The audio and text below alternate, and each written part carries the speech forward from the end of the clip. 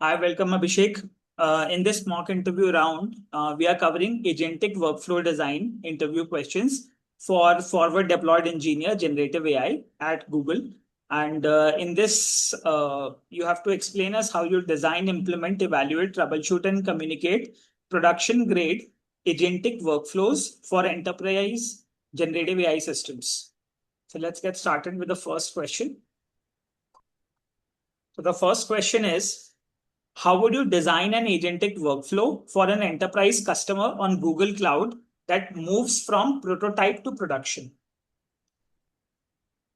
Okay, so for this particular situation, before touching any technology part, I would try to delve into the business objective first. So, is it a support resolution agent or a document analyzer or an internal knowledge assistant, whatever it is? That framing would determine where, an agentic approach actually adds a value over simpler pipeline or, because not every task need an agent.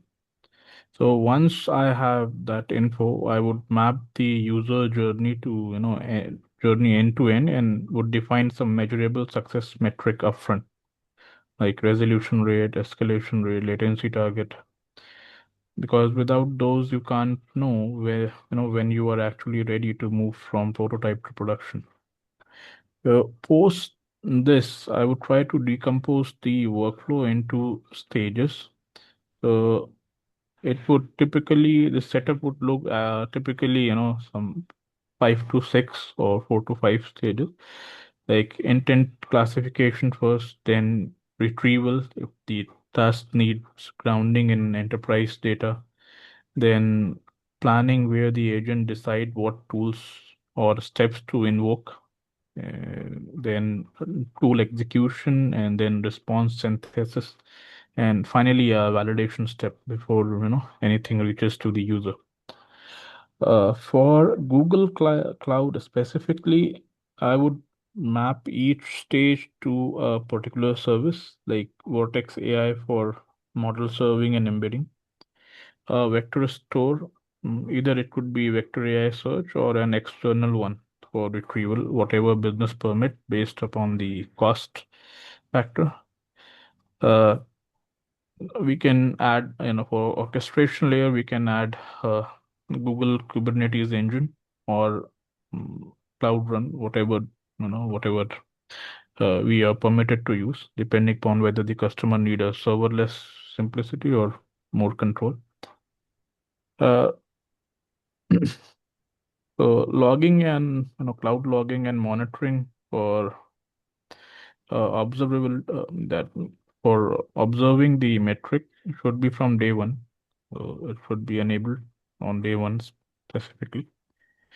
The things I would design early, it would be the state management, the guardrail, fallback path, and the human escalation trigger. I mean, it's kind of same for almost all the agentic application, what irrespective of business application and the client. State management matters the most because a multi-step workflow that loses the context mid-run is worse than a useless. It's it's completely useless actually. Uh, Guardrails would be used because enterprise customer have compliance requirement that can't be retrofitted. It need to be there from day one, from day zero. Fallback paths should be there so that system degrade gracefully when our tools call fail or retrieval return nothing useful. And human escalation should be there as it's always a safe approach, safe exit approach where the agent confidence is low. Uh, so from from prototype to production transition specifically, I would gauge three things. Does the offline benchmark show an acceptable quality across the full task distribution or not? Uh, is our observability in place so we can trace failure back to specific stage where it failed, and has the orchestration layer been loaded under the realistic concurrency or not? So if these are green, then we can move for a limited rollout with monitoring before going for a full deployment. Okay, great. Okay, very nice answer. Okay, the next question is, when would you choose a multi-agent architecture instead of a single agent workflow for an enterprise Gen AI use case? Okay, so for this particular situation, the first thing I would like to say, my personal default is a single agent, not the multi-agent, because the multi-agent architecture adds real cost, the more of orchestration complexity, more latency for inter-agent communication, harder debugging, obviously, because of failures that can originate from any of the agent or in handoff between them, and higher token costs for redundant context passed between the agent. So for I would reach for multi-agent specifically when the tasks benefit from genuine specialization or parallelism or separation of responsibility than a single agent can't handle cleanly. Uh, let's say there is a planner agent that decide a high-level step, retrieval agent uh, for grounding answer in enterprise data, a tool execution agent for calling some external API, and let's say there is a compliance agent validating the output before it reaches the user. So that separation makes sense when each role has distinct context need and different latency tolerance depending upon the business requirement, and it need an independent evaluation versioning, obviously. So in my one of the project, I was doing the invoice processing. So let's say if it just to extract field and validate against a PO and and approve or flag it, and that's the deterministic pipeline with maybe one agent doing extraction validation. So I wouldn't go for a multi-agent complexity there. But if in case the workflow also need to research the vendor history or kind of cross-reference the multiple enterprise system, and we need to apply some compliance rule uh, in which region that query has been invoked, then specialization need to be added there with this evolving capability. The test I would apply, I think last part is the test. So it would be, splitting into different specialized agent, obviously it reduce the ambiguity and it improved the, evaluation part. So, I mean, if a single well orchestrated agent with good tool design and validation step can hit the same quality bar, then I will choose that every time because it's cheaper and easier to debug. If not, then go for multi-agent. But in multi-agent, the number of agent and how intercommunications are happening, that need to be, that need to be simplified because major problem happen there in case of scaling the overall application. Okay, great. Let's come to the next question. So the next question is, how would you manage state in an agentic workflow that spans multiple steps, tools, and user interactions? Okay, so uh, I think for state it has at least few layers. So there is a conversational context, which is the current interaction history with the agent. There is a workflow execution state, such as which step have been completed or what tool output have been collected, and there is a durable business state, such as the ticket approval or record that live in an actual enterprise system beyond the agent session. So these three are the primary thing for any business, any business requirement. So I would prefer an explicit structured state over a hidden prompt only memory. So in practice, that means defining a schema for workflow state upfront once we start designing the application architecture. with the with type field rather than free text. So so I know exactly what is being tracked at every step. I would checkpoint after major transition, not just at the end, so that if a step fail, you can resume the last good checkpoint rather than restarting the entire workflow. And it would be great for tracking also during debugging. Uh, One more thing in during designing, we must focus on idempotency. It is something I would design from start. If a tool call to update and record uh, times out and get retried, that retry should not create a duplicate record or double charge something. So that idempotency must be there in any in any application in production environment for any business use case, and it should be there. I mean, idempotency is something which is used for API and for multiple application. It should be there. I would use idempotent key for outbound call and design a state machine so the transitions are safe to repeat. You should not overwrite something. Uh, on persistence and and the auditability, I would store the execution state somewhere which is durable, which can can hold the data, not just in memory. So workflow can be replayed for debugging purpose of obviously in case of a failure, or let's say if you want to improve on something. And so there is there's an audit trail of what the agent did and why, and which matters a lot for enterprise compliance. So I would also separate the sensitive data within that state and apply some retention rules and make sure access to store the state follow at least the least privilege principle for overall safety. So I mean these are few things of a few layers which I would follow. Okay, great. Let's get to the next question. So the next question is, describe how you would build a RAG agentic workflow for enterprise knowledge systems using Vertex AI and a vector database. Okay, so before I answer this question, I would say we would start with the data pipeline before doing anything.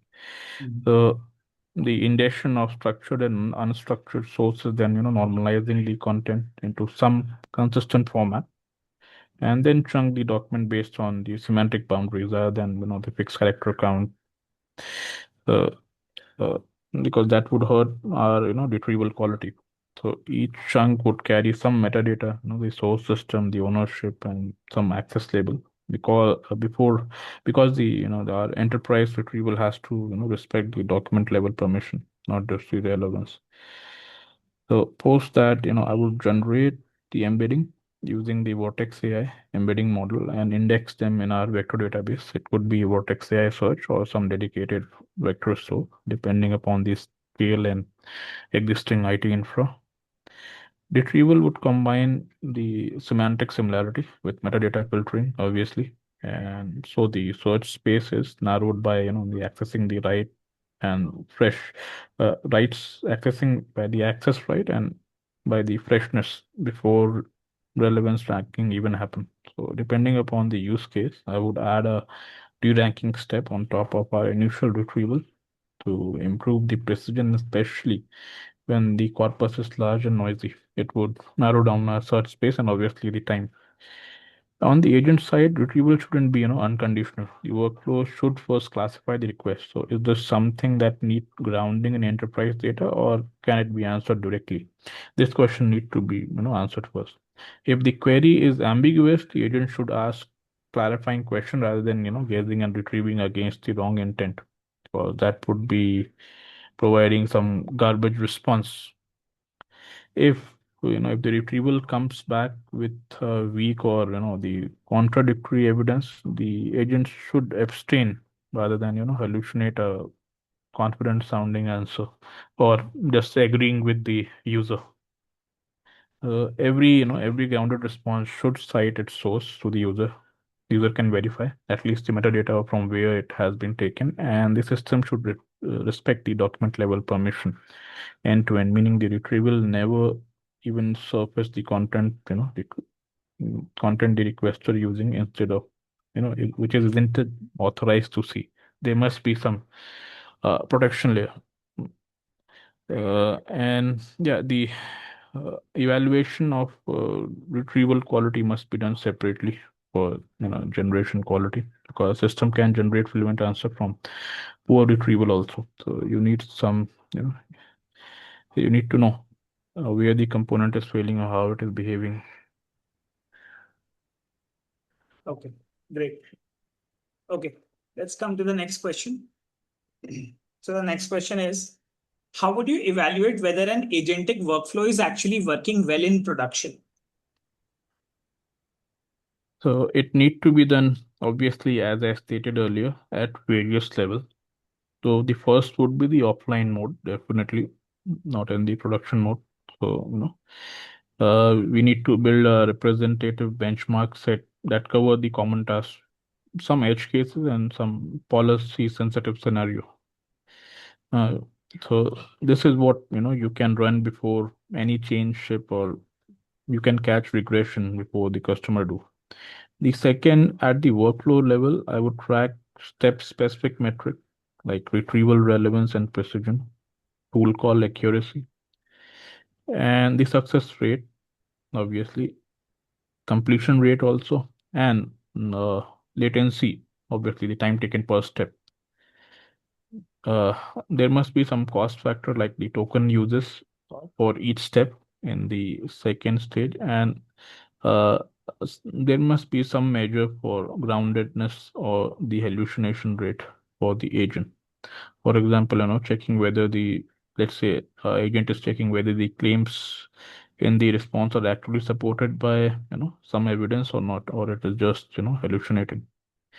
Third, at the production phase or in the production, I would definitely monitor the business outcome metrics, the resolution time, the deflection rate, the user satisfaction, obviously, and the human escalation rate.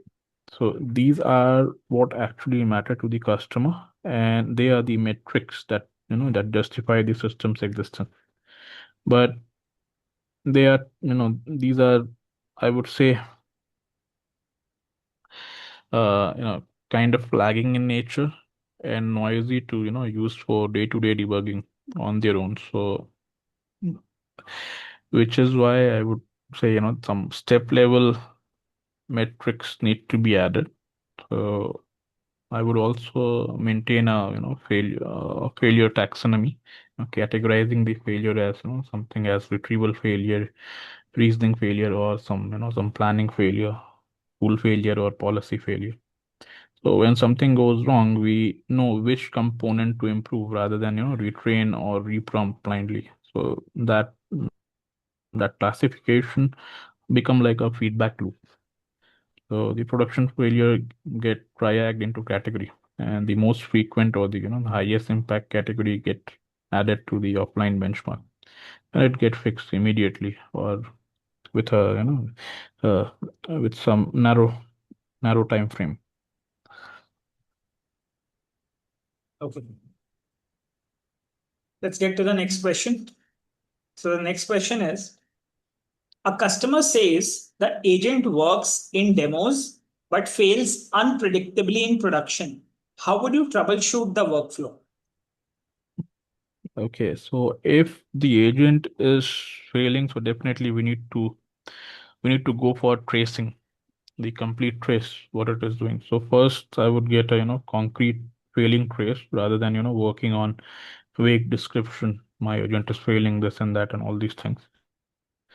And I would try to determine whether the failure is deterministic in nature, meaning it reproduces consistently with same input, or it is intermittent in nature, which means it is tied to some timing, some load, or let's say some factor like sampling and all these things. So then I would isolate the stage where the workflow actually breaks, I mean, it is breaking at the input phase or retrieval, at retrieval quality phase, or some planning or tool invocation, state transition, or at final response generation. Then I would post this. I would inspect the full trace for that run. The prompt sent and the document retrieved, the tool payload and response, and the model output at at each stage, and comparing it against what a successful run would look like, we can gauge where it is failing or the failure is permeating at different layer. uh, in my personal experience, the gap between the demo and production usually comes from from recurring causes, weak tool contract that don't handle some edge cases, or let's say the input, some edge case input that the demo never exercised upon, and we are just going for production. Some there is some stale retrieval index, so definitely that would work fine when demo data was fresh, but it would be ambiguous when routing logic break down under some real time user passing. Correct. Or there is some there is, if the checkpoints are missing for state for the state of the agent, then obviously it would break. So once the root cause is identified, so I would implement a targeted fix rather than broad chain, and add a regression test that capture the specific failure. So it can't happen silent. It shouldn't happen again silently, and it would definitely improve our observation around the failure mode. Yep. Okay. Okay. Let's get to the next question. So the next question is,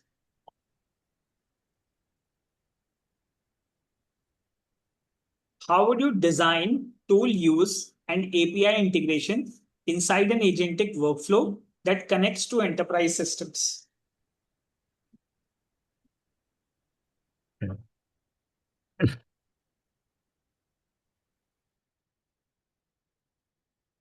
I'll repeat the question.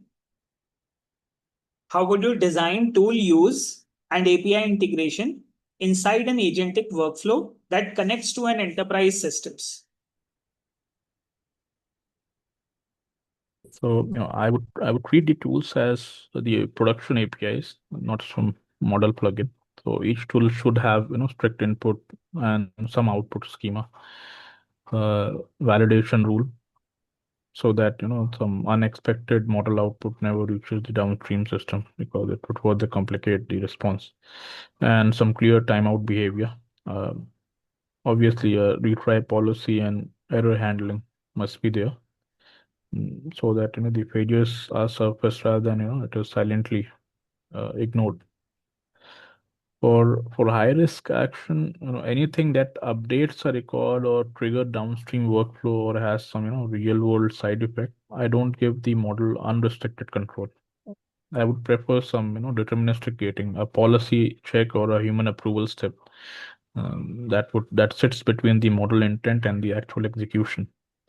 So the model can propose an action, but a separate non-probabilistic layer would decide whether it's allowed to execute, especially for which is irreversible in nature, or which would further complicate the results in the production environment. I would also integrate some customer existing identity and access system rather than building a parallel one. So, and would use some least privileged service account, so that tool only has the permission it actually need, and log every tool invocation, including who and what triggered it, and what parameters were passed, and what the result was, so that there is a audit trail. So this particular combination, plus the deterministic gating which I suggested, and the access control with logging, it would makes the tool use safe enough for enterprise deployment. So yeah, I mean, it also make the system easier to debug, because failure would show up in specific schema. Mm. So yeah, that's how I would deal with this. Oh, great. Let's come to the next question. So, what guardrails would you put around an agentic workflow handling sensitive enterprise data on cloud? So, I mean, before going to the guardrail in this perspective, I would go for the access control first, the least privilege access for data and tool. So it would ensure the agent only ever sees what the requesting user is authorized to access. I would separate the retrieval permission from generation logic. Would enforce access check before documents are returned to the model context, not as a as a filter that applied after the fact. So I would add defenses against prompt injection, since the retrieval document or tool output can contain the adversarial some adversarial instructions, and the agent shouldn't treat content from data source as the trusted command. So I would add output validation, so responses are checked against policy before being returned, and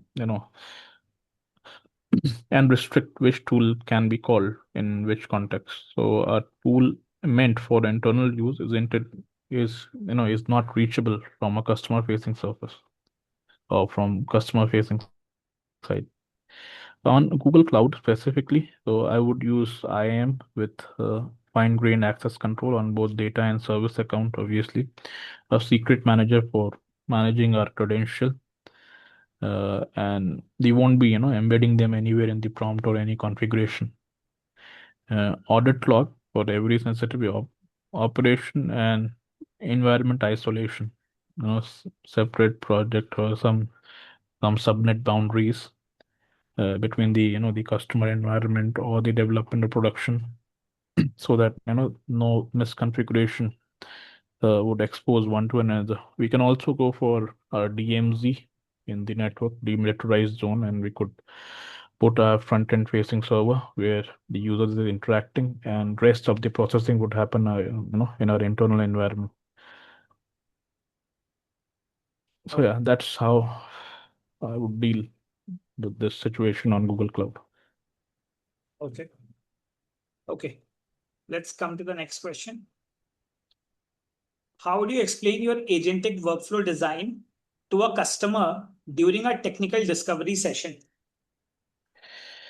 Okay, so in the discovery session, the first, I wouldn't start with the architecture because I don't know to whom I'm dealing with.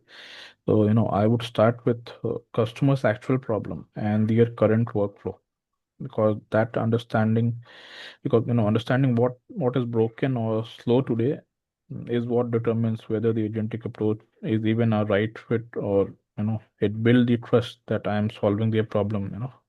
I'm not putting them with some predeterministic solution. So I would ask about the user persona who actually interact with the system day to day, what source system or data are involved, what approval step already exists in their process, and obviously what are the latency expectation, and if there are some compliance requirement that need to be applied, and what, and at last definitely what success looks like, and how we are going to put it in some measurable term. So once I have understood all this, I would explain the proposed workflow in the business term rather than the technical one. So which steps get automated, where system retrieve the evidence to ground its answer when it calls into their enterprise tool, or where the humans stay in control. I would definitely avoid any technical jargon, which is kind of uh, uh, asymmetric to non-technical people. They won't be able to understand. And if I, if I'm using uh, some common term or easily understandable term, so it would be kind of a homogeneous discussion with technical and non-tech folks. And yeah, I would be very much explicit about the trade-off, and definitely one thing to notice is avoid overpromising what end result would be at initial phase. If there is a trade-off between the speed and reliability, so I would directly say, rather than letting them assume the system will be perfect from the day one. So I would frame the rollout in phases, a pilot scope narrowly, enough to validate the core assumption quickly, then clear the criteria we are measuring during that pilot. And there must be some an explicit plan of what scaling to production would look like and what criteria are needed to be met. Yeah, Okay, that's how I would be. great. Okay, so one last question for this round, and you have 1 minute to answer. Okay. Tell me about a project where you improved reliability or observability in an AI workflow. If you do not have a direct example, how would you approach it? Okay, so it is kind of to, you know, answering a ambiguous situation. And there, in this situation, I'll be going similar to a star format, but focus specifically on operational side rather than just the outcome. So I would start with the problem. I would describe what was actually unreliable in concrete term. Let's say our workflow had an inconsistent retrieval quality that nobody pinned down, or the tools calls were failing silently, or there was some or only resurfacing as a vague downstream symptoms, let's say, after some time. For the instrumentation part, I would describe what observability was added to make the problem visible, the step level tracing across workflow. So every stage input and output is captured, prompts, model versioning, tracking, every, so we know exactly, what configuration produce given trace, retrieval diagnostic showing what was retrieved and its relevance score, and obviously the error categorization so that the failures are tagged. And at the result part or the action part, based on the visibility, I would describe the specific changes made. For example, the improved routing logic. Once we could see where the requests were getting misclassified, we added retries with back-off logic on specific downstream call, or some tightened validation on the tool's input schema. Then the measurable improvement that followed, such as the completion rate or the latency or the escalation rates improvement. Okay. So yes. Okay. Great. Okay.